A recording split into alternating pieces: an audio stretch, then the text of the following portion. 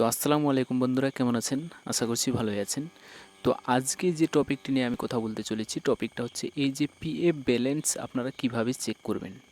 অনেকেই বেসরকারি কোম্পানিগুলোতে চাকরি করেন, সেক্ষেত্রে প্রতি মাসের পেমেন্ট দেওয়ার পর যে বরাদ্দ টাকাটা থেকে যায় আপনার ব্যাঙ্ক অ্যাকাউন্টে, সেটা জানার জন্য অনেকের মনে সংশয় থেকে যায় যে আমার পিএফ ব্যালেন্স কত টাকা আমার অ্যাকাউন্টে আছে বা ক্রেডিট হয়েছে।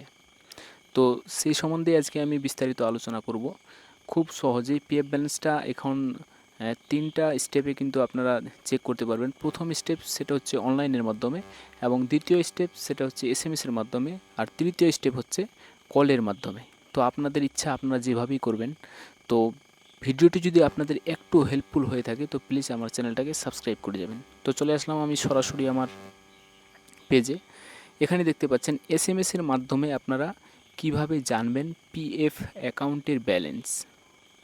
তো প্রথমে আপনাকে যে কাজটি করতে হবে সেটা হচ্ছে এসএমএসের মাধ্যমে পিএফ ব্যালেন্স জানতে হলে সেটা হচ্ছে ইপিএফওএইচও, এটা কিন্তু আপনাকে ক্যাপিটালে আপনার মোবাইলে দিতে হবে। তারপরে স্পেস স্পেস দেওয়ার পর 12 সংখ্যার যে আপনার ইউএএন নম্বরটি আছে সেটা আপনি ওখানে লিখে দেবেন।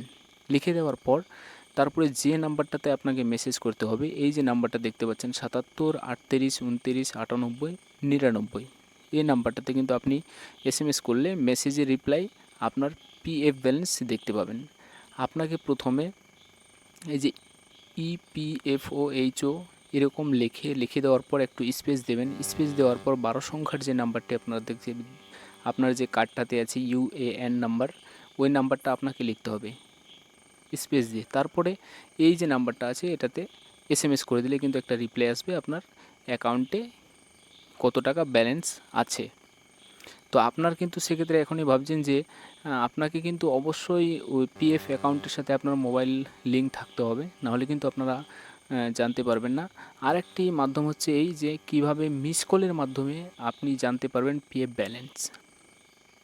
তো সামথিং এই নাম্বারে মিস কল দিলেই কিন্তু আপনারা এই পিএফ, আপনার যদি ব্যাঙ্ক অ্যাকাউন্টের সাথে মোবাইল নাম্বার লিঙ্ক থাকে তাহলে এই নাম্বারে আপনি যদি মিস কল দেন তাহলে কিন্তু আপনি জানতে পারবেন যে আপনার ব্যালেন্স কত টাকা ক্রেডিট হয়েছে এবং টোটাল কত টাকা ব্যালেন্স আছে।